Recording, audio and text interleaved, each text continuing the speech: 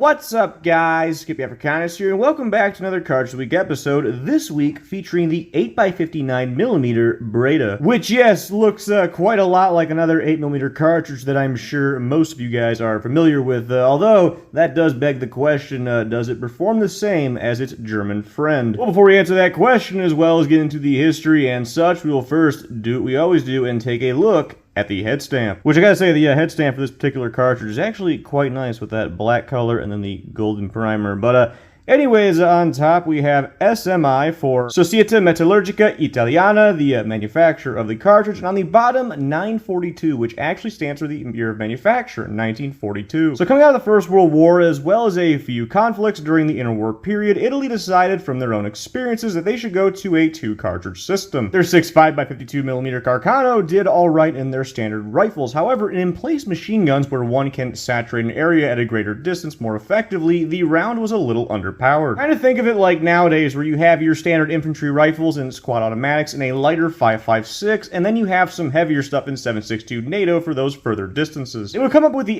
8x59mm Breda and initially would chamber in their Fiat Revelli Modello 1935s, an updated and refitted version of the 1914 patterned gun, which wouldn't necessarily perform the best. Where this cartridge would actually shine would be in the Breda M37 coming out in, no one's surprise, 1937. Now, this machine gun gets a bit of flack nowadays, mainly due to the fact that it was fed via 20-round strips as opposed to your standard belt. Essentially, it was something kind of like this right here. This is a feed strip from a Type 92 heavy machine gun. You just feed it in the side, and it just travels through the gun like so. Now, in actual fighting sense, you have a crew of gunners doing the feeding of said strips. However, nowadays, obviously, a person that owns one of these guns is probably shooting it themselves, and they're thinking, well, isn't this kind of stupid? I got a 20-round strip as opposed to, a 100-round belt. But as mentioned, you would have a crew of people. I believe the Breda M37 was like a 9-man crew, one job of which was to have a guy just feeding him straight in. And the perk that actually gives you over a belt-fed machine gun is,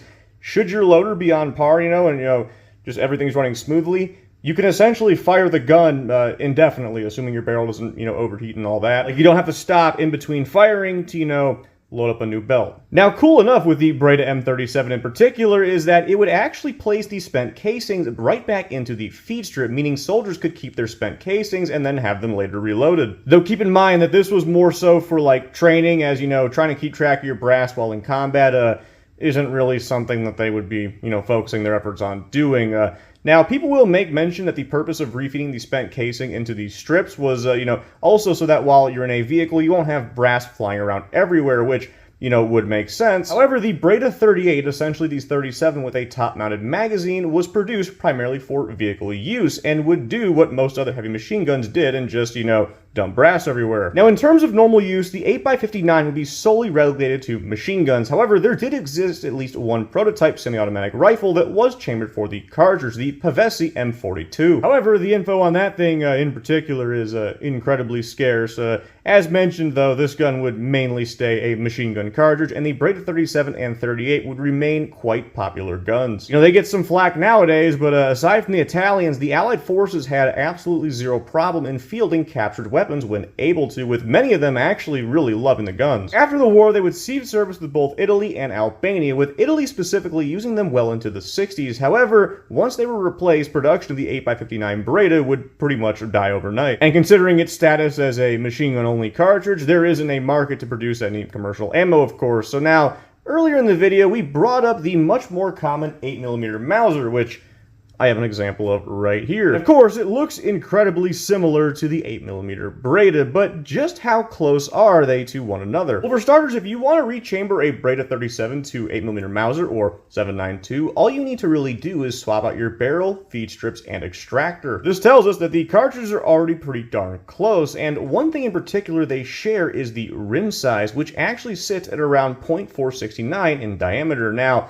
this might seem like an insignificant thing to bring up. However, the 8x59 actually features a rebated rim, meaning that the case is a little wider than the rim, which usually is done for a reason. And the most likely reasoning behind these two sharing the same rim sizes was for commercial sales to countries using the 7.92, namely Portugal and Spain, who would also be adopters of the guns. Going on, the casing still appears similar, however the Breda, aside from being 2mm longer, is also just a tad bit fatter than the 7.92. And add to that, the 8x59 also has a slightly more aggressive taper. Now, bullet diameter and weights are also incredibly similar between the two cartridges, with the 8x59 Breda featuring a .329 diameter bullet with a weight of around 201 to 207 grains. Keep in mind there also did exist a 194 grain armor-piercing loading as well. Now, as for the 7.92x57, you're looking at a .324 diameter bullet, which weighs anywhere from 180 to 200 grains on average. Granted, the 7.92 is a lot more popular around, and you can find plenty heavier and lighter stuff for it. Now, the velocity of the 8x59 also matches a lot of those heavier weight 7.92s at around 25 to 2600 feet per second. Now,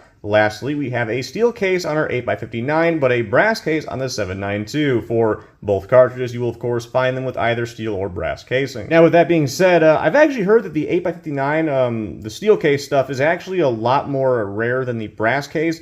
Me personally, it seems like they're both, I can find the same amount for each one. And I will say, the only time I've seen this stuff for sale at gun shows, it has always been steel case, though that could just be me being lucky seeing it. I mean, I guess it's lucky when you see 8x59 Breda anywhere anyways. But yeah, anyways, I think that is going to do it for this week's Cartridge of the Week episode featuring the 8x59 Breda. I hope you all enjoyed the video as much as I personally enjoyed making it, and I will see y'all next time.